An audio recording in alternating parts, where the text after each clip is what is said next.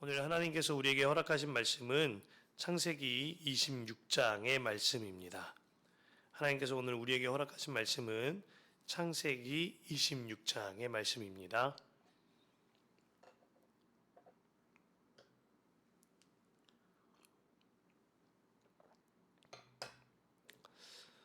제가 세 번역으로 읽어드릴 텐데요. 합독이 가능하신 분들은 같이 읽으면 좋겠습니다. 일찍이 아브라함 때에 그 땅에 흉년이 든 적이 있는데 이삭 때에도 그 땅에 흉년이 들어서 이삭이 그랄의 블레셋 왕 아비멜렉에게로 갔다. 주님께서 이삭에게 나타나셔서 말씀하셨다. 이집트로 가지 말아라. 내가 너에게 살라고 한 이 땅에서 살아라. 네가 이 땅에서 살아야 내가 너를 보살피고 너에게 복을 주겠다. 이 모든 땅을 내가 너와 너의 자손에게 주겠다. 내가 너의 아버지 아브라함에게 맹세한 약속을 이루어서 너의 자손이 하늘의 별처럼 많아지게 하고 그들에게 이 땅을 다시 주겠다. 이 세상 모든 민족이 내 시에 덕을 입어서 복을 받게 하겠다. 이것은 아브라함이 나의 말에 순종하고 나의 명령과 나의 계명과 나의 율례와 나의 법도를 잘 지켰기 때문이다. 그래서 이삭은 그랄에 그대로 머물러 있었다. 그곳 사람들이 이삭의 아내를 보고서 그에게 물었다. 그 여인이 누구요? 이삭이 대답하였다. 그는 나의 누이요. 이삭은 그는 나의 아내요 하고 말하기가 무서웠다. 이삭은 리브가가 예쁜 여자이므로 그곳 사람들이 리브가를 빼앗으려고 자기를 죽일지도 모른다고 생각하였기 때문이다.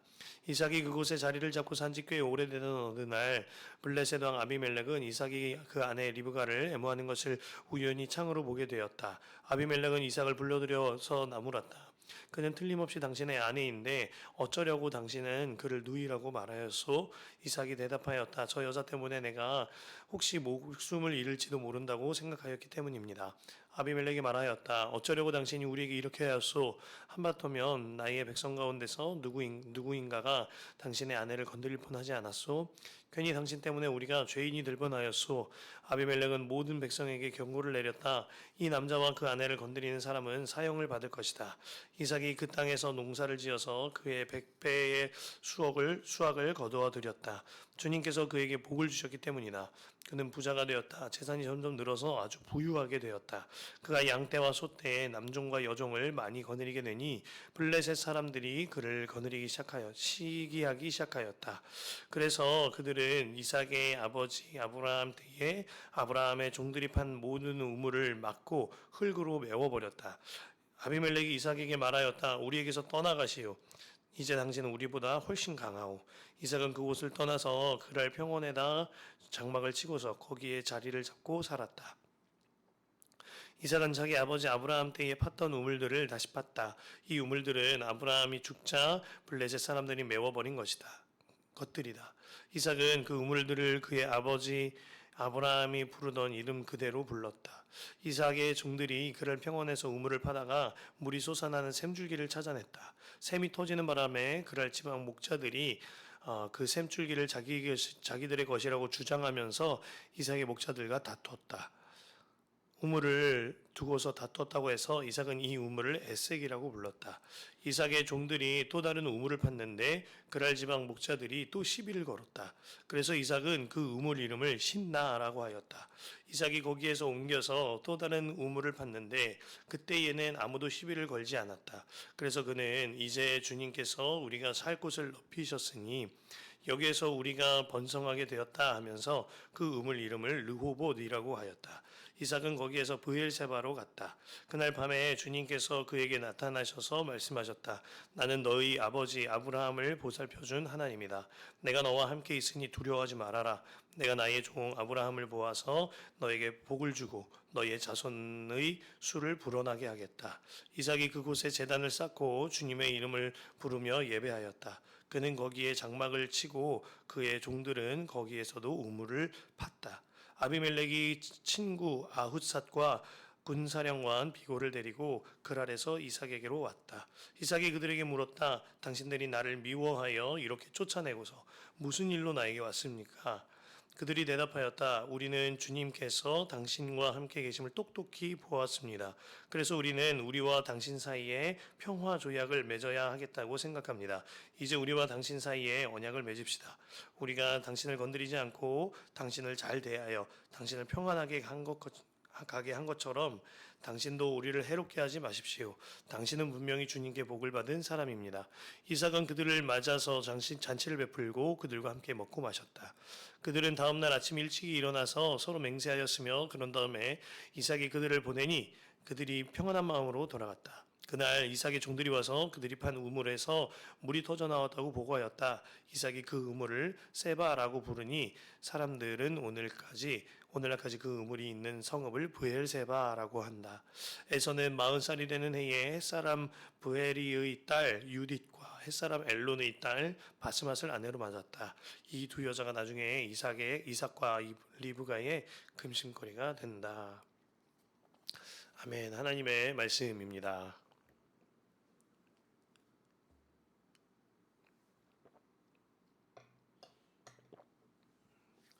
이삭은 이어달리기의 중간자처럼 축복의 연결다리 역할을 한다고 말씀을 드렸는데요.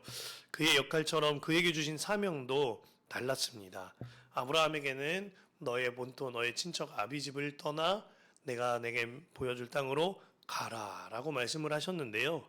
오늘 이삭에게는 이 땅에서 살아라 라고 말씀을 하십니다.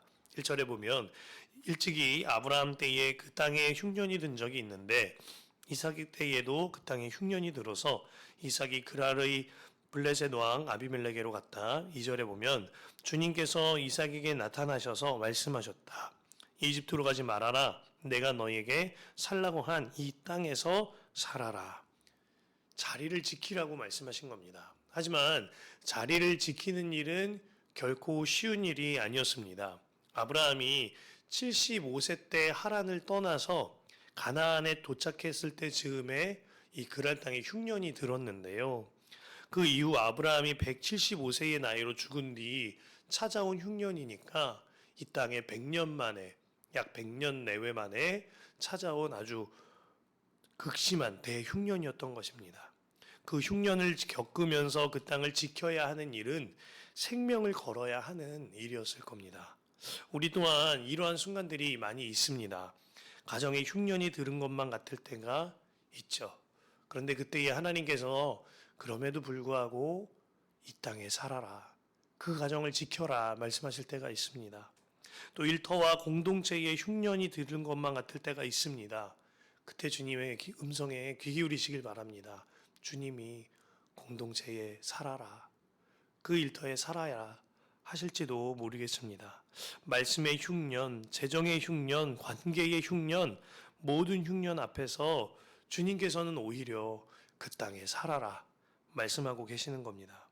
이 말씀이 때로는 가혹하게까지 느껴질 때가 있습니다. 그러면 주님은 왜 이렇게 말씀하고 계시는 겁니까? 이 땅에서 약속하신 하나님의 언약이 있기 때문입니다. 3절과 4절 보면 네가 이 땅에서 살아야 내가 너를 보살피고 너에게 복을 주겠다. 이 모든 땅을 내가 너와 너의 자손에게 주겠다. 내가 너의 아버지 아브라함에게 맹세한 약속을 이루어서 너의 자손이 하늘의 별처럼 많아지게 하고 그들에게 이 땅을 다시 다 주겠다. 이 세상 모든 민족이 내 시에 덕을 입어서 복을 받게 하겠다. 주님은 이 땅에 사는 그 시간을 지나면 흉년을 지나 영적 풍년을 예비하고 계셨습니다. 이 시간을 지나고 나면 주님의 언약을 예비해 두신 겁니다. 터널을 지나면 빛을 만나게 될 겁니다. 겨울을 지나면 봄이 맞게 되어집니다. 마찬가지로 지금 흉년 뒤에 반드시 주님께서는 영적인 풍년을 주시겠다 약속하신 겁니다. 그때까지 우리가 해야 할 것 한 가지가 있습니다. 주님의 말씀에 순종하여 이 땅에 사는 것입니다. 아브라함이 주님의 말씀에 순종하여 그 길을 떠나갔다면 이삭은 주님의 말씀에 순종하여 그 땅에서 살아야 했던 거죠. 이삭은요, 이 땅에 살기로 합니다. 그렇게 하기로 합니다만 아직 연약했습니다. 그 땅에서의 이삭은 연약했어요. 1절에서 11절을 보면 이삭은 아브라함이 실수한 것과 동일한 부분에서 넘어집니다. 거주하던 그랄에 흉년이 들자 애굽으로 가려고 했거니와 또 그랄에 머무를 때에는 아내 리브가를 누이라고 속입니다. 하지만 하나님께서는요, 이번에도 연약한 이삭을 지키시고 보호하십니다. 그런데 그 방법이요, 아브라함 때와는 좀 다릅니다. 아브라함이 이집트에 내려가려고 할 때에는 주님께서 놔두셨습니다. 그러나 이삭이 이집트에 가려고 할 때에는 주님이 먼저 막으십니다. 또한 아브라함이 이집트와 그랄에서 아내 사라를 누이라고 속일 때에는요, 주님께서 놔두시고 지켜보십니다. 그러다가 결정적인 순간에 바로왕과 아비멜렉에게 주님이 직접 역사하여 주시죠. 반면 이삭이 아내 리브가를 누이라고 속일 때에는요, 두 사람이 관계를 아비멜렉의 눈으로 보게 하심으로 사자전에 막고 아비멜렉을 통하여 다 드러나게 하십니다. 하나님께서는요, 각자의 알맞는 방법으로 각자의 캐릭터와 삶과 그리고 사명에 따라서 달리 대하시고 달리 다루고 계신 겁니다. 우리가 아브라함과 이삭과 야곱을 통하여서 배우는 것이 있습니다. 모두 연약했지만 하나님은 그 연약한 자를 전적인 하나님의 은혜, 주권적인 하나님의 은혜로 선택하셨고 그들을 끝까지 포기하지 않으시며 그들에게 가장 알맞는 방법으로 그들을 다루시고 만들어가고 계신 것입니다. 우리 또한 마찬가지입니다. 우리는 연약하고 우리가 의로운 건 아무것도 없습니다만 주님은 은혜로 우리를 불러주셨고 우리 개개인마다 하나님께서는 개인의 맞춤 방법으로 1대1 선생님처럼 우리를 다뤄주고 계신 겁니다. 끝내는 정말 주님의 언약의 사람으로 세워가고 계신 거죠. 두 번의 넘어짐 앞에 이삭은요, 그럼에도 불구하고 나를 지켜주시는 하나님의 은혜를 경험하였습니다. 뿐만 아니라 그 연약함에도 불구하고 부어주시는 하나님의 축복과 은혜를 경험하게 됩니다. 12절과 13절에 보면은요, 하나님께서는 그에게 100배의 수확을 아주 부유하게 부어주십니다. 날 때부터 농산일을 했었던 블레셋 사람들보다 비교하지 못할 정도로 큰 수확을 거둔 겁니다. 이거는 분명히 사람이 한 일이 아니라 주님이 하신 것이었습니다. 그런데요, 이것이 문제가 됐습니다. 흉년의 때에는 흉년 나름대로 문제가 되었는데 풍년의 때에도 풍년 나름대로 문제가 된 겁니다. 블레셋 사람들이 시기하기 시작한 거예요. 그로 인하여서 이삭이 우물을 파서 물이 나오면 이를 막아버립니다. 그러면서 당신은 이제 우리보다 훨씬 강하니 떠나라고 말합니다. 뺏는 자가 강할까요? 뺏기는 자가 강할까요? 혹은 한 나라가 강할까요? 한 가정이 강할까요? 말도 안 되는 이야기인데요. 블레셋 사람들은 이삭이 더 강하다라고 말하는 겁니다. 틀림없이 블레셋이 강해 보이지만 블레셋 사람들마저도 이삭 뒤에 있는 하나님이 보여진 거예요. 그러니까 저 사람은 강한 사람이야 두려워하고 시기하기 시작한 겁니다. 그러자 이삭은 특별하게도 아무 말 하지 않고 그 억울한 상황에 그곳을 떠납니다. 17절과 18절인데요. 이삭은 그곳을 떠나서 그랄 평원에다가 장막을 치고서 거기에 자리를 잡고 살았다. 이삭은 자기 아버지 아브라함 때에 팠던 우물을 다시 팠다. 이 우물들은 아브라함이 죽자 블레셋 사람들이 메워버린 것이다. 이삭은 그 우물들을 그의 아버지 아브라함이 부르던 이름 그대로 불렀다. 억울하고 분통합니다. 이 당시 우물을 파는 일은 굉장한 노동력이거니와 광야에서 우물은 그들의 생명과도 같은 일이었습니다. 억울하고 분통하고 어디다가 하소연할 데 없는데요.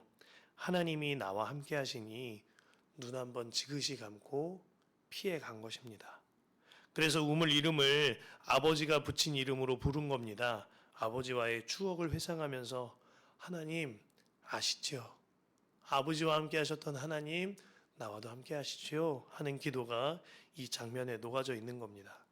떠난 곳에서요, 또 우물물이 터져 나옵니다. 하나님의 은혜지요. 그런데 그곳에서는 이번엔 그랄 목자들과 큰 다툼이 일어납니다.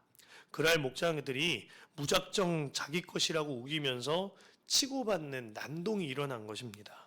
하나님이 주신 우물인데 이번에는 집단 폭력배와 같은 그랄 사람들에게 빼앗기게 생겼습니다. 그런데요, 비참하게도 이삭은 할 수 있는 게 없습니다. 그저 그 우물에 이름을 붙여서 마음을 달래는 정도 할 수 있는 거였어요. 이삭은 그 우물의 이름을요, 에색, 곧 다툼이라고 부릅니다. 그리고 이런 일이 한 번 더 벌어집니다. 이에 21절에 이삭은 또 빼앗긴 우물을 신나, 곧 대적과 원수라는 뜻의 신나라고 부릅니다.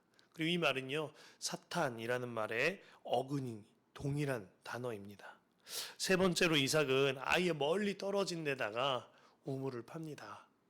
한 번 파고 두 번 파고 또 한 번 파기 시작하는 거예요. 그러자 주님의 은혜로 또 한 번 우물이 터져 나오게 됩니다.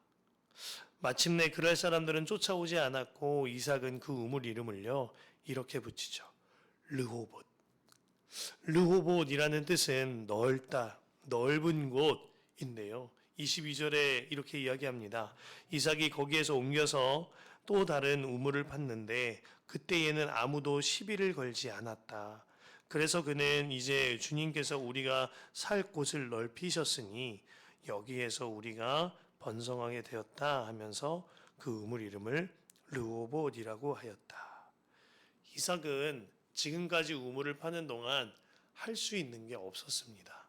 그러나 그가 아무것도 할 수 없을 때 하나님이 하셨습니다. 그저 그 우물의 이름을 애타는 마음을 써 넣으면서 주님께 하나님 이것 좀 보세요 하는 마음으로 올려드릴 뿐이었습니다. 우리도 그럴 때가 있습니다. 억울하고 분통하고 마음이 답답한데 할 수 있는 게 없을 때가 있죠. 그때 사람들은 무기력감에 빠지고 그로 인해서 마음이 무너지고 우울감에 들어가게 되기도 합니다. 하지만 깨달으시길 바랍니다. 내가 아무것도 할 수 없을 때 주님이 하십니다. 내가 억울하고 분통할 때 주님이 그 마음을 다 아시고 새로운 우물을 다시 한번 내시고 그를 통하여 하나님의 메시지를 주시는 겁니다. 주님께 고하십시오. 그 주님께 토로하십시오. 오히려 그것이 우리가 사는 길입니다. 오늘 이삭에게 가는 곳마다 우물을 터지게 하신 주님께서는요, 여러분들이 가는 곳마다 여러분들의 앞에 있는 모든 문제마다 주님께서 생명과 위로를 허락하여 주실 겁니다. 주님이 보여주시는 그 우물을 통하여 주님의 메시지를 받게 되시기를 바랍니다. 마침내 이삭은요, 지금까지 함께 하신 주님을 깨닫게 됩니다. 항상 어려웠지만 때마다 우물을 터뜨리신 분, 때마다 살 길을 내신 분, 그분이 주님이심을 바라보게 된 겁니다. 그리고 이삭은요, 브엘세바로 향합니다. 그리고 그곳에서 이제는 주님을 만나죠. 그가 억울하고 분통한 시간은 그에게 있어서 영적 훈련의 시간이었던 겁니다. 그 시간을 통하여 주님은 그의 마음을 찢어 넓히셔서 르호봇, 지경을 넓히셨습니다. 그리고 그 훈련이 끝나자 주님은 비로소 그와 독대하여 주신 겁니다. 23절과 24절에요. 이삭은 거기에서 브엘세바로 갔다. 그날 밤에 주님께서 그에게 나타나셔서 말씀하셨다. 나는 너희 아버지 아브라함을 보살펴준 하나님이다. 내가 너와 함께 있으니 두려워하지 말아라. 내가 나의 종 아브라함을 보아서 너에게 복을 주고 너의 자손의 수를 불어나게 하겠다. 브엘세바는 하나님께서 아브라함과 함께 언약을 맺으셨던 맹세의 우물입니다. 하지만 이제는 하나님께서 이삭과 언약을 맺으시는 맹세의 우물이 된 것입니다.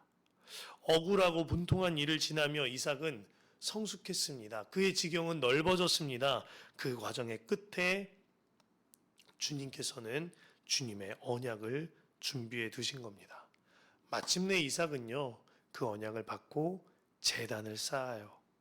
이제는 아브라함이 쌓던 제단에 제물로서 오르는 이삭이 아니라 주님께 제단을 쌓아 드리는 자, 나와 하나님이 독대하는 자, 그 이삭이 된 겁니다. 이 말씀은 이삭이 처음으로 하나님께 제단을 쌓아 올리는 장면이거든요.